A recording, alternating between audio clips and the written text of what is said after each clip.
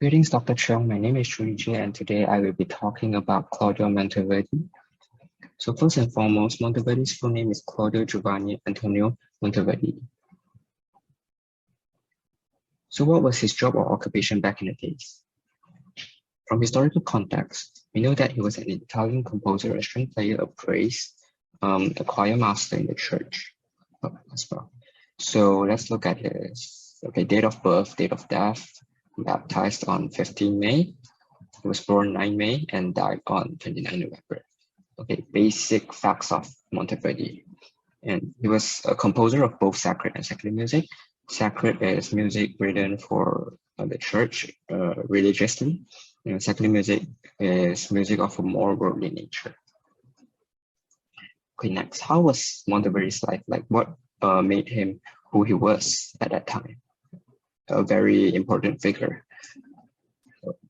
It all began at the Cremona Cathedral, where he studied with the music director Mark Antonio Ingegneri, which was also a very famous musician who wrote lots of music, particularly madrigals, as well as music for church purposes. At the very time, Monteverdi was already a very little boy. He was still a very little boy, but he had already published books of sacred and secular music, which people even compare his work with his teachers. So obviously we can see how good he already was at such a young age. Okay, now let's see how his career progressed over the years. So 1583, he published Spiritual Madrigals and Mantra. It was at that very time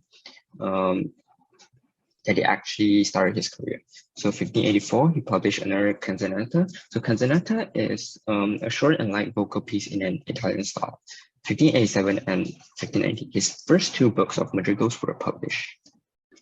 Okay, moving on to 1607, 1630, and 1643. Let's look at what he did.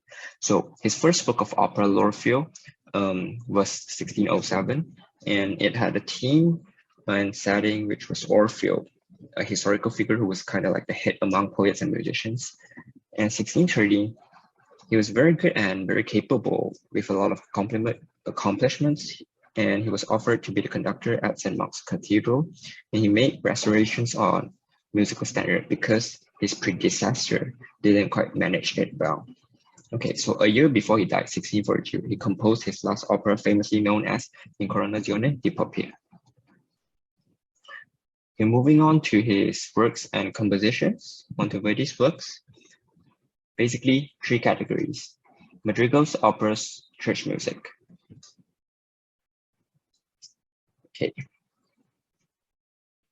Despite being popular for his operas, Monteverdi wrote mostly madrigals during the first half of his life until he was about 40. So he wrote about 9 books of madrigals and 4 years to complete just the first book. And his fifth book, Quinto Libro, shows transition from late Renaissance to early Baroque. It introduces prima practica, secunda practica, first practice, and second practice, and use of basso continuum. So basically, first practice, music dominates the text. Second, text dominates the music. Basso continuum means continuous space, and the harmonies built had to be based on that baseline. Here's an example, Cruda or Merely in Quinto Libro, his fifth book. There's a transition to tonality with dissonance, which shows the transition from late Renaissance to early Baroque. Expressions of words elaborated by dissonance. He used the Mixolydian scale, first 5 notes, circled in red, G, A, B, C, D. Okay, his operas, most famous one, L'Incoronazione di Poppia was his last opera and the most famous. It has romance, tragedy, and humor inside. Okay, let's look at this Act 3 of L'Incoronazione di Poppia. Music serves the text.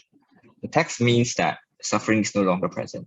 And we can see that C natural goes to B natural, which means that the text, the music is actually following the text.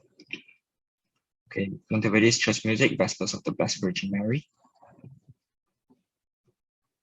Let's look at this, Vespers of the Blessed Virgin Mary. It is very famous because it shows the glory of the Italian Seicento. And so, for information, Seicento means that Italian literature and art. It has plain chant melodies, elegant polyphony, and operatic drama inside. So his contributions. First, development of music, of course, late Renaissance to early Baroque. He restored music which lacked creativity, music of standard. Development of opera, the comic scenes from L'Incarnazione di Poppia. Because it was a new thing that no one actually used comic scenes in their opera before, except for Monteverdi. The last one, second practice. Composers can write more freely and use more dissonance to bring out certain expressions, such as Debussy's Sarabande from Pour le Piano. He used dissonance to show that the piece was slow and solemn in an elegant manner. So conclusion. Basically, Claudio Monteverdi wrote sacred and secular music. Madrigals, operas, church music. Most famous ones, Quinto Libro, fifth book of Madrigal, L'Incarnazione di Poppia, Vespers of the Blessed Virgin Mary. He developed opera. He was one of the most earliest people who did that. And we talk about first and second practice, and also, most importantly, the transition from the late Renaissance to early Baroque. So that's basically all. Thank you.